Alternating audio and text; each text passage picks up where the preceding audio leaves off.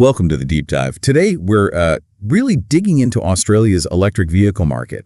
It's changing fast. It really is. Your sources show a really dynamic picture.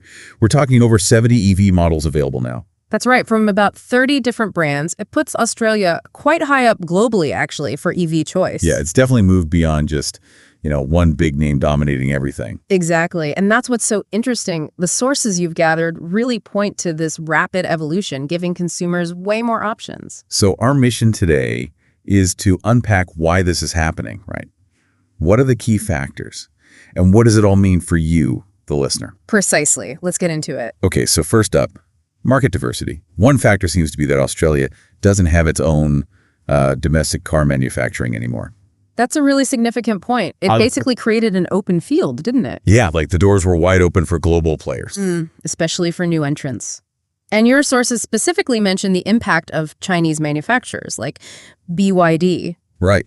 Their presence seems quite strong already. It is. That lack of sort of legacy protection means companies like BYD could come in and compete pretty effectively, pretty quickly, offer some compelling cars. And they're definitely competing on price. I mean, look at the examples.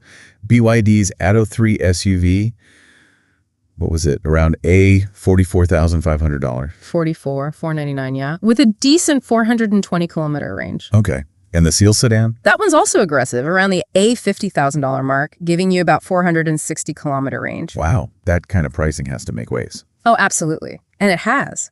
What's really telling, and your sources back this up, is the effect on established brands. Like Tesla. Exactly. Look at the Model 3. Its price dropped significantly. They go from nearly $70,000 down to mid-50s. Yeah, from $69,300 down to $54,900. That's direct competition, pushing prices down for everyone. A real win for potential buyers. Okay, so the cars are getting more competitive. Yeah. But what about actually using them? The practical side.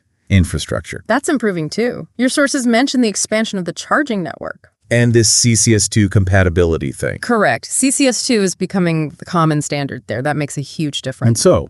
Well, it just means more chargers work with more cars. Less confusion, easier to find a spot when you need one, no matter the network. It removes a barrier. Right. So better chargers, plus the cars themselves are improving, like range and stuff. Yes, exactly. We're seeing better range across the board. Driving dynamics are improving. Warranties are getting better too. It all adds up to a much more attractive proposition than, say, a few years ago. Okay, makes sense. Technology and price are moving targets. But what about people's attitudes?